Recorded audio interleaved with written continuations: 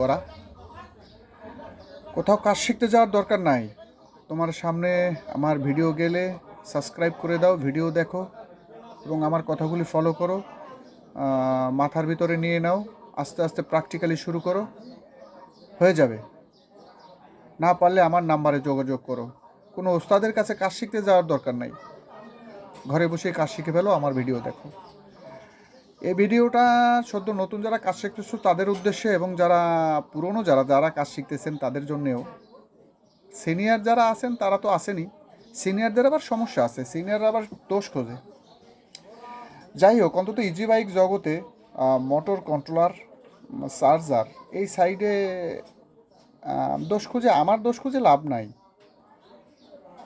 কোনো লাভ নাই, আউট হয়ে যাবেন দোষ খুঁজতে এসে। যাই হোক, কন্ট্রোলারের তো হার্ট খুলে দেবো আমি। আমার যদি সবাই ভিডিও ফলো করে, কন্ট্রোলারের হার্ট কয়টা বেন দিয়ে তৈরি খুলে দেবো আমি আস্তে আস্তে। আর যে আমি এসিআর অটো লজিক কার্ড যেটাকে বলে, ইন্ডিয়ায় লজিক কার্ড বলে, এসিআর বোর্ড যেটা, এই এসিআর বোর্ডটা দিয়ে আমি একটা চার্জার তৈরি করেছি।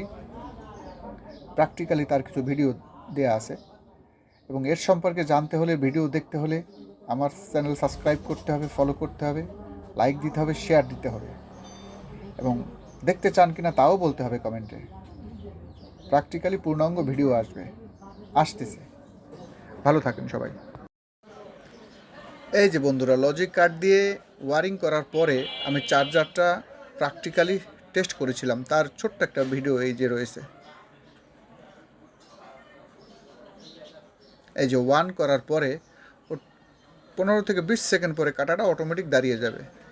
99% চার্জ হওয়া পর্যন্ত কাঁটাটা ওই জায়গায় থাকবে। ফুল চার্জ হয়ে যাবে, ও অটোমেটিক আস্তে কাঁটাটা ছেড়ে দেবে। 3-4 অ্যাম্পিয়ার ধরে